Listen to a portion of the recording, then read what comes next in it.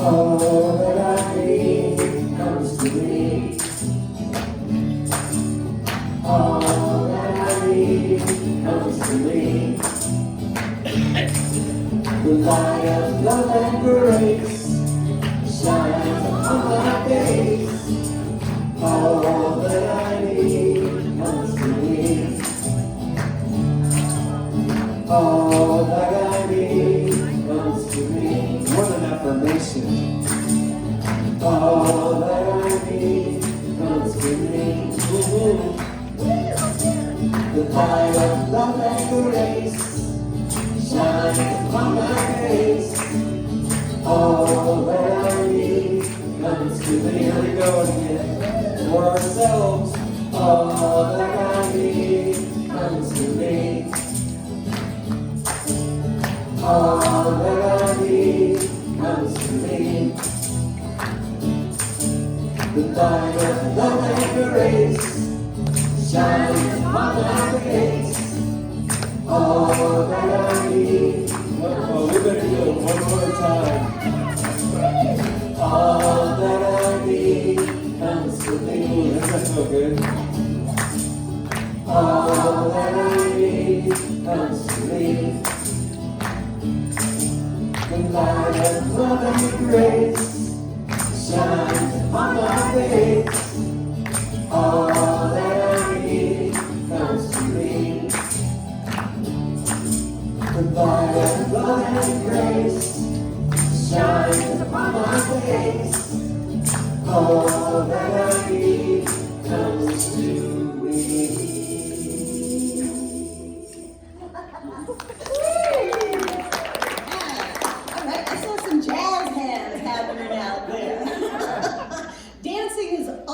Welcome in the lounge, so anytime. Thank you so much, Dave. What an awesome song. Good morning, everybody. Good morning. How are you? I'm on a red tent high. Anybody else? Woo! We had a great women's red tent night on Friday night. Thanks to everybody who came and helped and brought food. It was just a fabulous time, so thank you so much, all of you CSL awesome women. We'll do another one at some point too, so special thanks to Tamara. We got to co-create Red Tent again. It'd been a while. We spent some time falling on the floor laughing a little bit too. So. That was always good.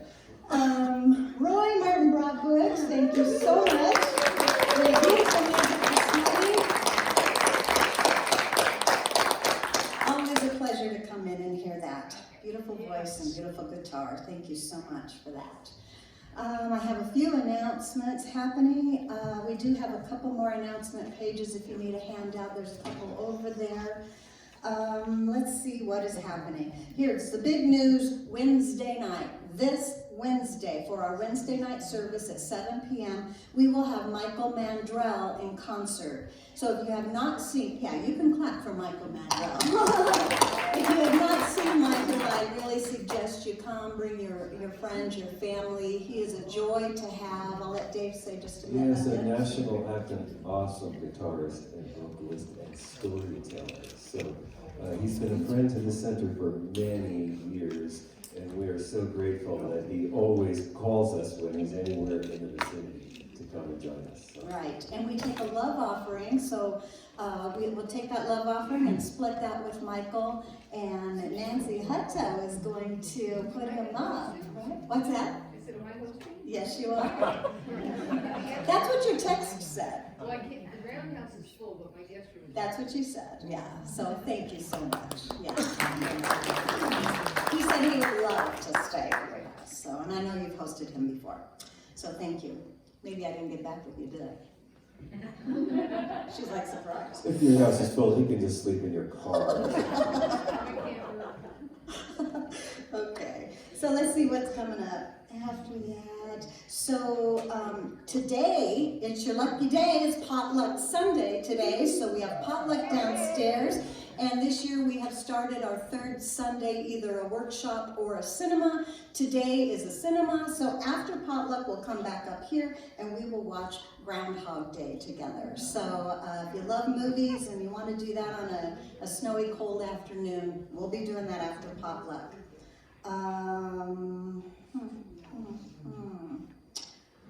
What else? Oh, I know what else. Easter choir practice. So if you're interested in being in our choir for Easter, our practice starts next week. It does. Crazy. Next Sunday after church. If anyone is interested, you don't have to know how to read music. You don't have to be skilled in singing. The love in your heart is all you need to show up with. You'll get a CD that has your part sung on it, a piece of paper with a diagram of your part, very easy and user-friendly, and lots of fun with a capital F. So we'll do that every Sunday until Easter for 6 Sundays, and then Easter will be the 7th Sunday. Right, so any questions you have about that, you can see Dave after the service, or just plan on staying next week and you'll get all the details about that. Thank you, Dave, for putting together a choir again. That's a lot of work. Thank you. Our annual meeting, our annual business meeting is Sunday, March 5th. Following our service, we will have some soup and bread downstairs, so we'll quickly scarf that down and come back up here for our business meeting, March 5th. Everyone is welcome to attend, only the members will be voting on issues. All right, whew, let's all breathe. I just invite you to relax here. Right here in this present moment in which we have all gathered this morning. As we slow our breathing right now and turn our attention to our invisible inner life, we can become attuned to that invisible divine presence within us.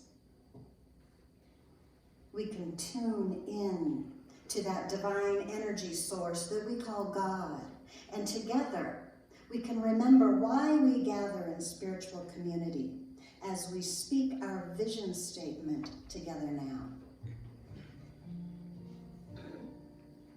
This center offers a path for awakening to the realization of oneness. Open hearts, inspired life, and empowered love. Our spiritual community welcomes all people to embrace oneness as the truth of our being. Together, we see a world of love, peace, and abundance for all.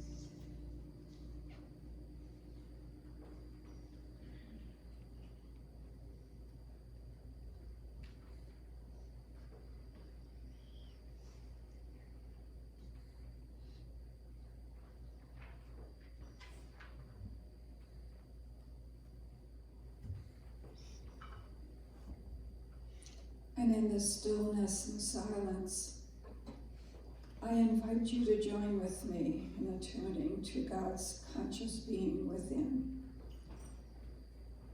That place where we consciously connect with the essence of who we truly are.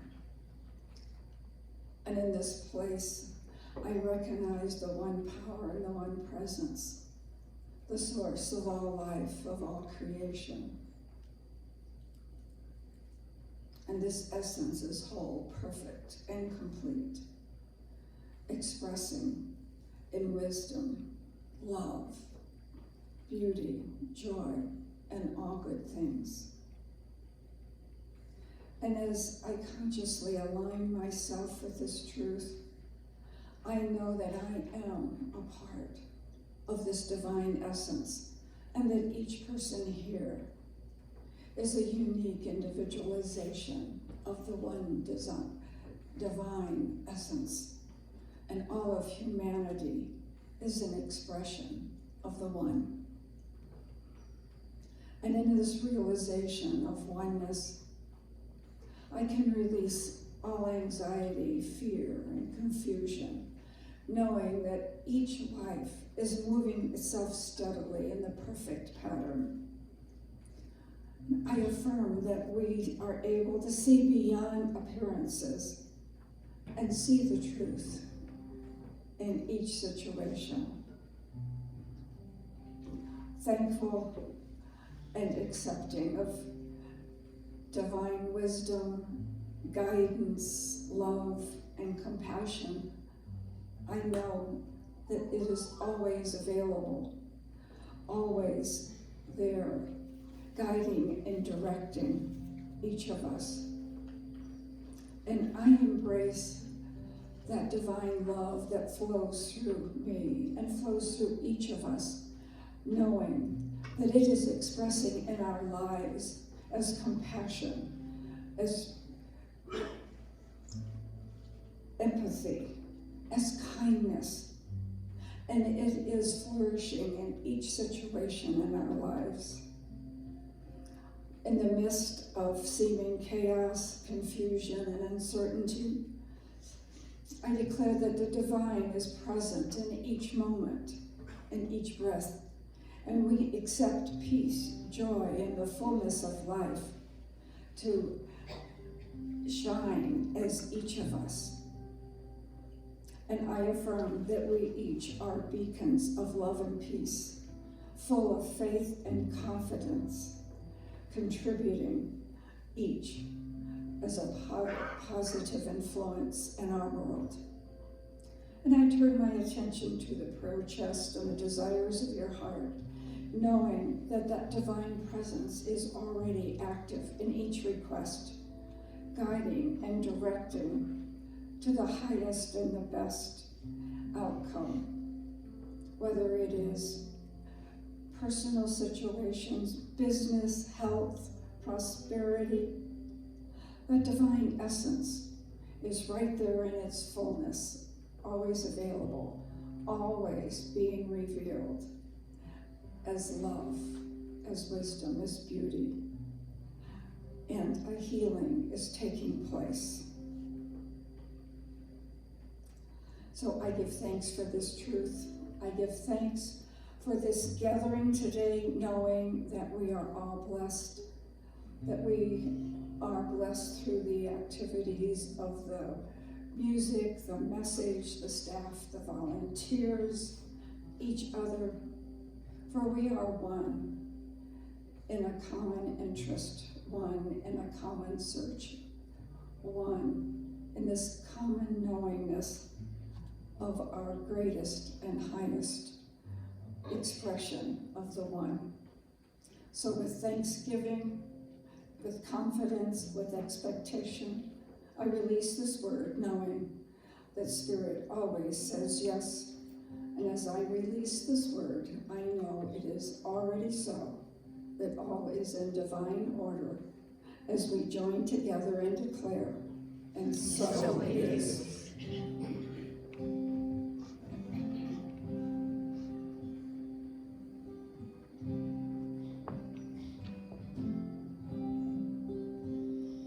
Get ready, my soul.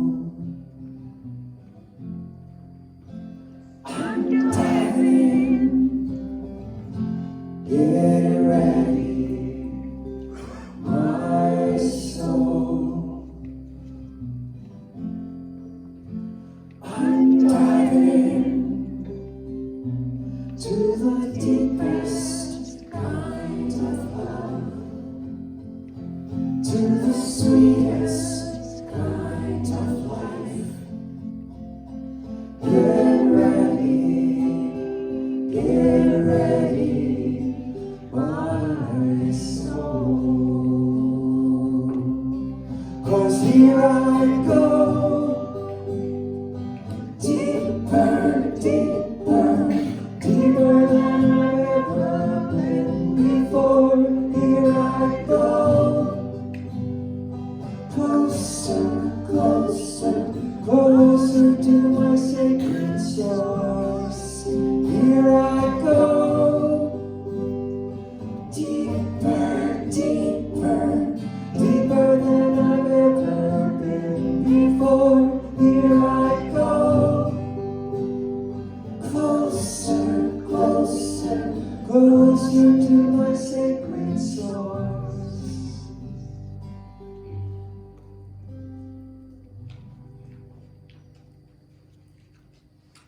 Get ready,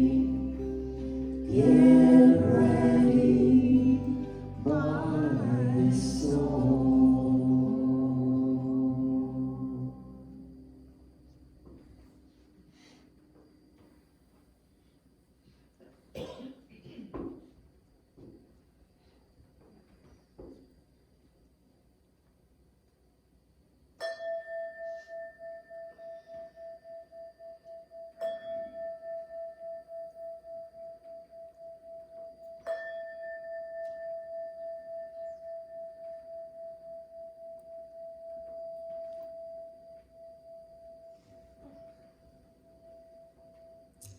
Good morning. I'd like to call your attention to the prayer chest at the bottom of the stairs to the left, just right against the wall. If you have something that's weighing heavily on your heart, on your mind, something that you just need a little bit of oomph with, please put your name in the prayer chest, and the practitioner will be doing affirmative prayer on your behalf this week.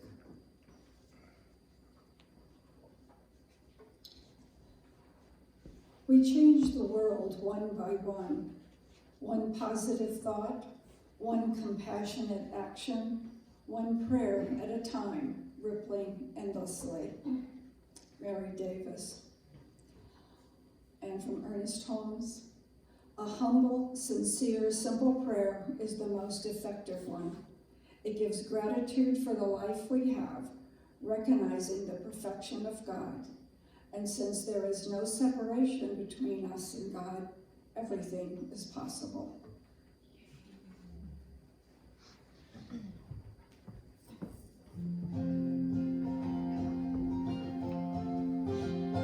On moonlit night in a temple of birds, when chanted mantras in nature's church, cathedrals of clouds spiraled up in the air, they blessed us with rain, and we sang out a prayer.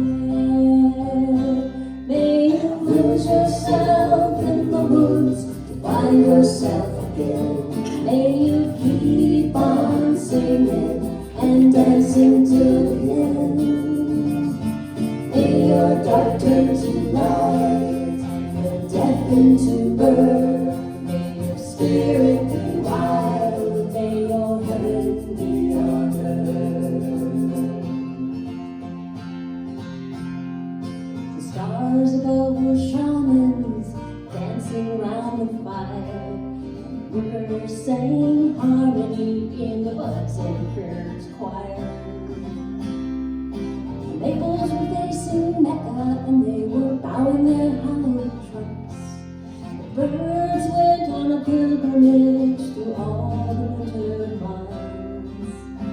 Some say that our afterlife is in the sky somehow.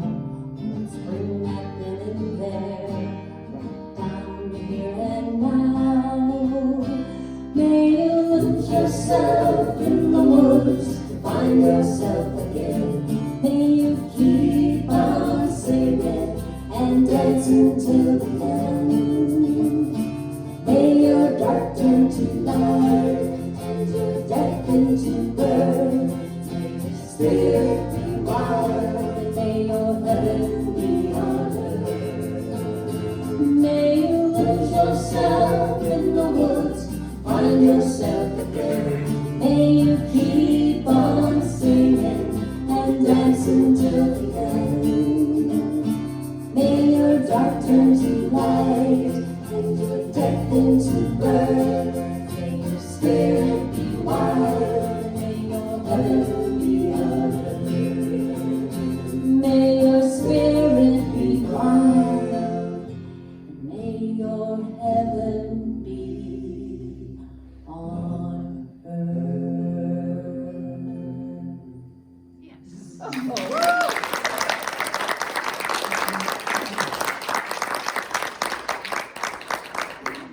Thank you, Tamara Hawes.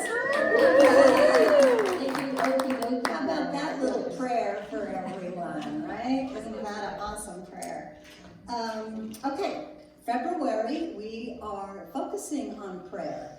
And let's see.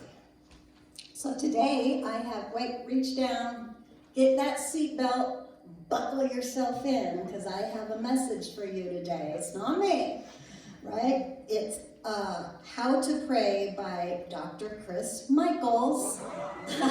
He's from Center for Spiritual Living at Fort Lauderdale right now is where he's at.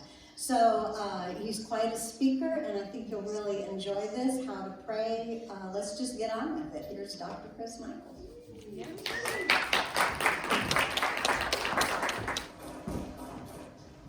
When I was a little boy, about 10 years old, growing up in a small town in the middle of Kansas, unaware that I needed anybody else to teach me how to be spiritual, my parents took me to the Methodist church, and that's where I learned to pray. My Sunday school teacher taught me the right words to say, the right way to hold my hands so that I would appear humble to God up there, and the right way to end my prayer so that God would hear. In the end, you had to say, in Jesus' name I pray, or else God couldn't even hear the prayer and wouldn't receive it. Apparently went to the spam folder. So that's what I was told. And like all kids who want to please their parents and teachers, I paid very close attention. I wanted to get it right, and not just because I wanted everybody to be happy with me. I actually had an ulterior motive. You see, there was something that I wanted to get from God that I had prayed for, and I kept praying for. What I wanted was a new bike. And so I prayed for a new bike, and lo and behold, guess what? I got a bike. Sometimes I would lay awake in my bedroom at night as a young boy, and I would hear my parents in their room arguing and fighting. And so I would pray for them to be happy together, and that prayer didn't get answered. They divorced about 2 years later. But of course, most of all, my biggest prayer, the one that I begged and bartered for the most, the one that I prayed over and over and over again as a child was, God, please make me normal like all the other boys. And clearly that prayer didn't get answered either. I mean, look at this outfit. Do I look normal to you?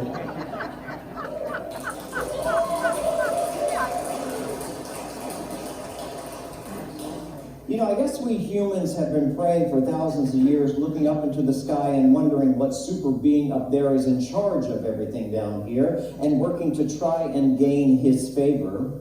Of course, in more primitive days, we would make animal sacrifices. They'd bring fatted calves and lambs to the altar, and they would burn them and cook them up, thinking that God would be pleased with the smell, because, he could smell all the stuff that's being cooked down there. And I mean, why not? Every guy likes a good barbecue, so it made sense. The thing is, if you're going to find out why some prayers get answered and others don't, you have to dig a little bit deeper into understanding not just how you pray, but to who or what you pray to. What kind of God do you believe in? That's the question that has to be answered first. That's where we all have to start.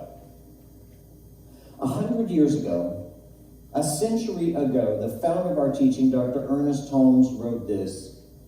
He said, "We wish to discover what to believe in, why we believe in it, and why such a belief is reasonable." You know, this is the thing. This is the very thing that attracted me most to this teaching, because it doesn't ask you to believe something blindly and never question it just because the church leaders say that.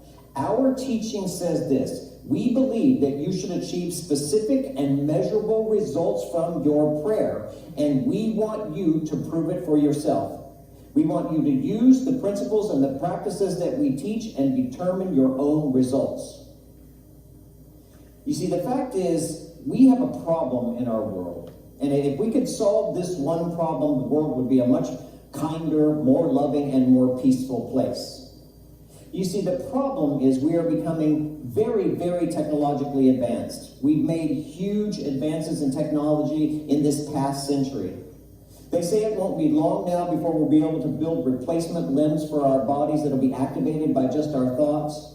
There are robots, as we speak now, exploring the landscape on Mars. The computer technology that exists in your smartphone, the one that's in your pocket right now, is stronger and much more diligent than the NASA computers that sent Neil Armstrong to the moon in 1969. We continue to make huge technological advances as we march forward into this new century, but we keep being held back by our old theology, which hasn't been updated since the Dark Ages. And so we're technologically advanced, but spiritually retarded. And that's the problem. We never advanced in our understanding of God. And so our relationship is stunted, and we have remained spiritually ignorant. This year, our scientists say that we're going to discover numerous planets in what they call the Goldilocks zone. You know what that is? Planets that orbit their stars just far enough away to maintain life as it does on Earth as we understand it. There are about 100 billion planets in the Milky Way galaxy in our own, and maybe trillions more in the universe. Imagine what life exists out there in the universe. It's clear that we are in the midst of a vast experience, a living, breathing organism that is infinitely expanding. Okay, I'm going to get really left brain here for a minute. So, all you right brain people, go to your happy place. Think about how it'll feel later when you hug. Are you there yet? Okay, good. Do you know that the majority of the universe is made up of dark matter, but we still don't know what it is or what it does or how it's even there or how it sustains life? That time and space are intricately connected, but they're not separate things like we believed they once were. In fact, the further and faster that you travel in space, time actually bends and then it ceases to exist. Look, I know I'm starting to sound like Sheldon in the Big Bang, so I'm going to stop. But what I'm trying to impress you with here is there is a power at the helm of the universe, an infinite intelligence that created and sustains all life and governs it everywhere in the universe, but not just in the universe, in you. And that power, as our founder, Dr. Ernest Holmes, said, is a power for good. Its only desire is for the highest good to unfold. And it is directing life everywhere in the universe, in every galaxy, on every planet, in every heart of every sentient being. So, clearly, don't you think we need to upgrade our God software to maybe 2.0? I mean, is it time? Can we start a new operating system for what God is in our life, for the intelligence that governs life in the universe? But more important than any of this universal talk, how's my hair? You like it? Oh, thank you so much. I didn't want you to get too distracted. No, the truth is I went to a new hairdresser this week. Mine had to leave town. I'm not exactly sure if that had anything to do with me, but he recommended I go to somebody new, and I went to this new woman in the salon on Thursday, and there was another woman that came in to get her hair colored while I was there, and she had on one of those boots, you know, that you have to wear if you injure yourself. And this woman, the salon was kind of quiet, no one was saying anything until she came in, and she went on and on and on and on about how much her life sucked. You know, nothing was working. She hated her husband. The kids were a nightmare. People at work were awful, and her foot was killing her. No one, absolutely no one in the whole salon was talking but her, but she just kept going on and on and on. No one could get a word in edgewise. She just kept regurgitating this negative venom. Blah, blah, blah, blah, blah. One gripe after a complaint after another. This went on for about 10 minutes, and I'm sitting there saying nothing. In the South, they have a saying for people like this. They say, that woman ain't got no shut up. She ain't got no shut up. Finally, she left, right? Her hair was colored, she left. And my new hairdresser looks at me and she says, I am so sorry that this had to be your first experience here at the salon. She is always that way. She's a hot mess. Now, I know people like her, and I know you do too. People who, no matter what they do, can't seem to get life to work for them. And it seems like they keep hitting that same ceiling, and they can never break through it. And they can never really get to the joy and the goodness of life that their heart desires, because they don't know how.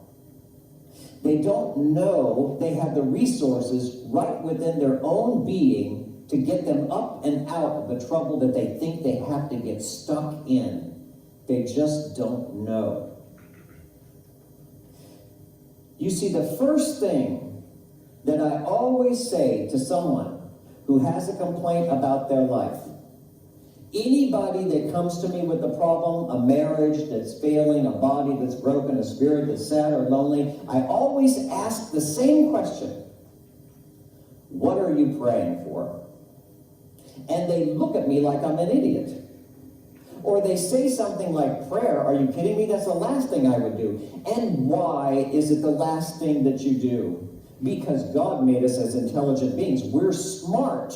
That's why. So when you're in trouble, the very first thing you do is the thing you have the most faith in.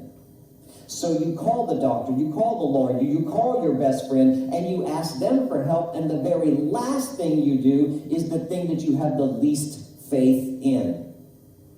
That's why people pray last, because they really don't think it's going to do any good. Look, here's the thing. I know this is going to upset some people. But CSL is not really a comfort station for your misery. It's just not. If you are down and out, we will help you up. If you are sad and lonely, we will listen to you with the greatest heart of compassion. If you come in that door with low self-esteem, we will see tremendous worth and value in you, and we will keep seeing it in you until you can see it in yourself. But we don't play here. We are very serious about healing, about getting you to a better life, a richer, fuller, more loving experience in life. So we expect you to heal, because we know how to use the power that created the universe, the infinite power that awaits your use. Don't take my word for it. You know what? There's a science to this thing, you know. The power of prayer has been scientifically proven. And if you don't believe me, you can Google it. Just Google the science of prayer. And there's not enough time in a Sunday lesson for me to give you all the case studies, but the new science that proves that prayer actually reshapes your brain is called neurotheology. Check it out and see if you can understand how the biology of your brain is literally shaped and changed by consciousness. So if you still believe there's some old man up in the sky who lives up there watching down, who's as interested in your personal likes and dislikes as you are, who cares, who really cares whether you live in Dania or Davie or sleep with Harriet or Harry or both of them, or want the Dolphins to win over the Patriots, if you think that kind of deity exists up there and you pray to that deity, I'm afraid your prayers aren't going to be very effective. And you already have enough experience to know that that's not going to work. Maybe what happened to me 40 years ago when I walked through the doors of the Center for Spiritual Living is happening to you right now. Maybe the God that you have lived with your whole life has gotten too small for you. Maybe he's too judgmental. Maybe he's too inconsistent. Maybe he's just not very helpful at all. Maybe you're outgrowing the dogma of the fearful masses, the ones out there that are saying we should live in fear of God and lie low in his presence. Why? Why should we fear a God that is love? If God is love, what is there to fear? Why should we fear our own power? Why should we be afraid of our own greatness? Haven't we been created in the image and likeness of the deity? Maybe you've been pretending to be powerless for too long and the day has come for you to wake up and rise up. Maybe you just accepted what other people have told you for too long that it's now time for you to maybe start thinking for yourself. Listen to me. After spending the majority of my life studying every major religion, philosophy, and science, here's what I think. The old man in the sky must die. We need to replace him and our understanding for him as a power for good, whose intention for all of its creation, and I do mean all of it, at all times, is the unfolding of the highest possible good that you can imagine for yourself. It's time to mature and time to grow in your awareness of what God is. Get up off your knees and stop begging. Start using the power that, as Emerson says, sweeps and circles round you. Because you have been made in the image and likeness of your Creator. Your nature is exactly that of God's. It mimics God's nature, and that means that you create your world the same way the universe created this world. You know how you do that? You speak it into being. You say it is so. What you think about comes about. What you talk about incessantly through a spiritual law of cause and effect shows up in your life. It's not magic. Your intentions create your experience. Your word has power, and every word is a prayer. Every thought that passes through your mind is creative. Every word that comes out of your mouth is causative. And that's why the basis for all the change that's ever going to happen in your life has to come from a start in consciousness, from a change in belief, from a new way to think and a better way to live, not a change of experience. So here's my challenge for you this week. Stop praying to get something from God up there, like I did when I was a little boy that didn't know any better, wanting a bike.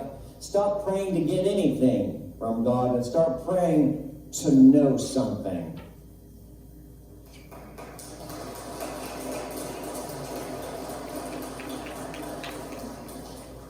Pray to know your worth. Pray to know your value. Pray to see yourself and others as God sees them, as pure and perfect expressions of its own being. Pray to know the truth, and the truth will set you free. And so ends the lesson.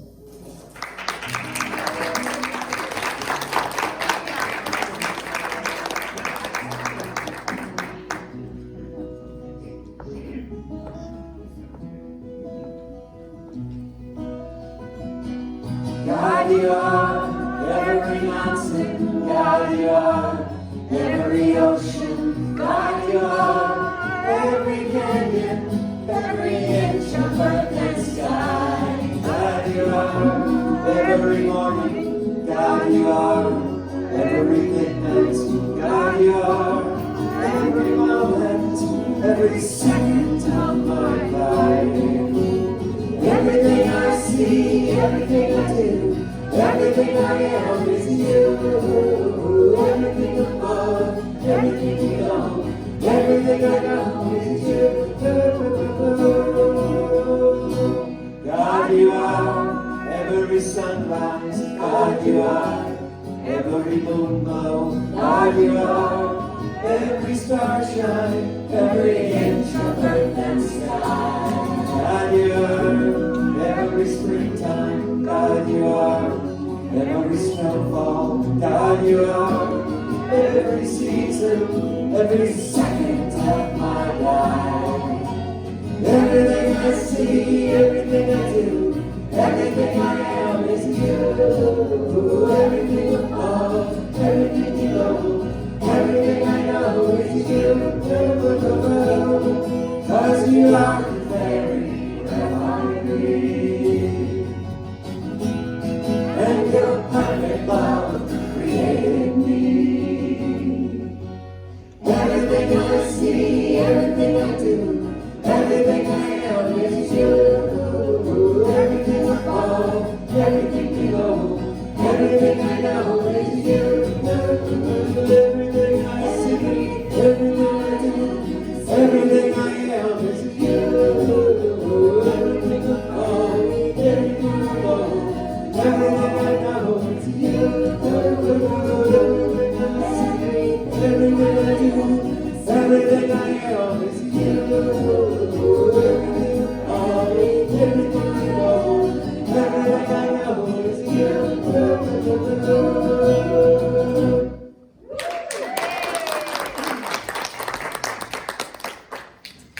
Okay, as the ushers come forth and we think about being in the image of God, that we are the hands of God, then we consciously have the opportunity to be a part of the law of circulation, the law of God. So if you'll take your gift in your hand, knowing that this is a circulation of the good of the universe, and that it circulates and goes forth, enhancing my life and the life of others. I am just so grateful to be a part of the giving and receiving of God's grace. And our affirmation: I am enriched with the richness of God. Light of God surrounds me, the love of God enfolds me, the power of God protects me, and the presence of God watches over me wherever I am. God is. The light of God surrounds me, the love of God enfolds me, the power of God protects me, and the presence of God watches over me wherever I am. God is. Let's affirm it for ourselves one more time. The light of God surrounds me, the love of God enfolds me, the power of God protects me, and the presence of God watches over me wherever I am. God is. Wherever I am, God is.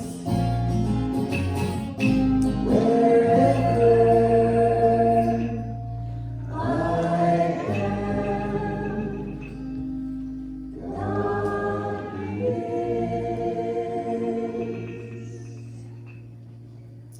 And we are so blessed with the circulation of the blessings as they go forth, enhancing our world, our community, our church, and ourselves. And so it is. Thank you so much, Lou. How's everybody feel? I usually say that though. Okay, so we're talking about prayer this week or this month, and we're actually studying spiritual mind treatment this whole year. So I encourage you to fill out a prayer request form. It asks for the person you're praying for. That can be yourself, that can be someone else, and the good that you desire. We would love you to put that in an affirmative way. And then our dear Luke Kunzelman, who is a licensed practitioner of Science of Mind, she takes those prayers and takes them home, and on her own time, her own spiritual time, she will pray on your behalf for the whole week. And that is an awesome service that she provides for us here, because we're serious about our prayer, right? Lou is serious about her prayer. So if you want some serious answers, go ahead and put a prayer request in the box. So thank you, Lou. We can clap for her as well.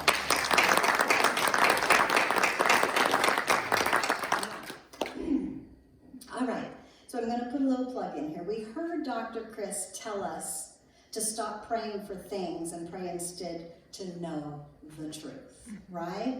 At CSL, we teach prayer a little differently, in case you didn't notice. So instead of asking for anything, even wisdom or strength, we affirm. See, not ask, we affirm that these things are already a part of us. We affirm that if we are one with God, then everything that God is also within us and available to use as our life, to express as that glorious godness coming through us. Our prayers include statements claiming our unity with our divine source, which we call God, which is the master and creator of the universe.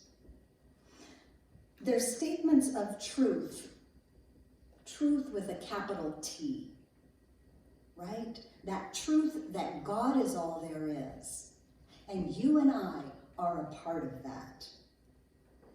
When we know, okay, capital K, capital N, capital O, capital W.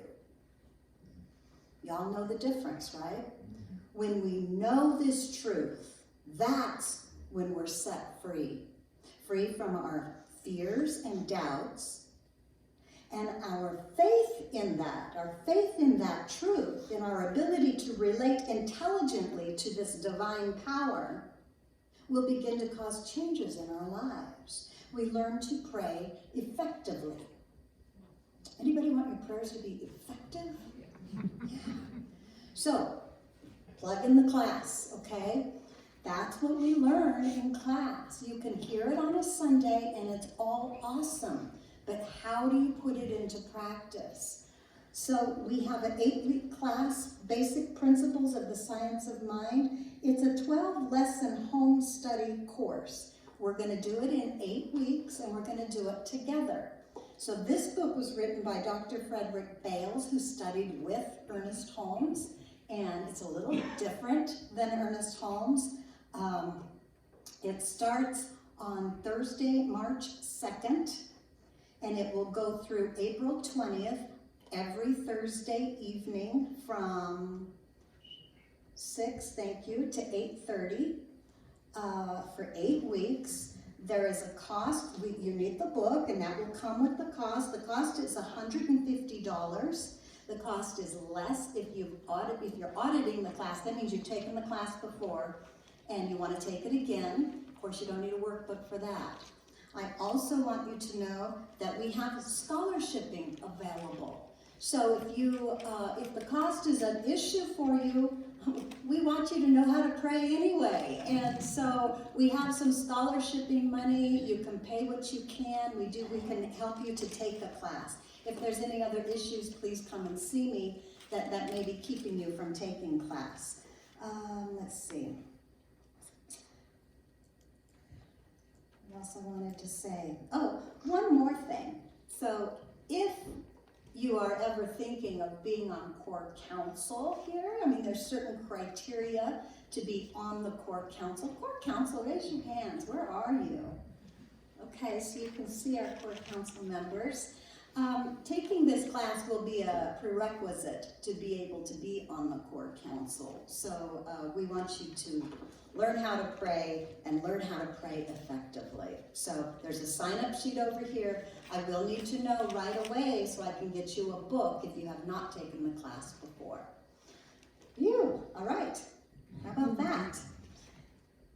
I think that's everything I want to say. So now we are here to claiming our good. Let's see ourselves as God sees us. Read these down all together. Here we go. I sense my oneness with all life. There is one mind. This mind is God. This mind is my mind now. I enter into the conscious union with the infinite intelligence.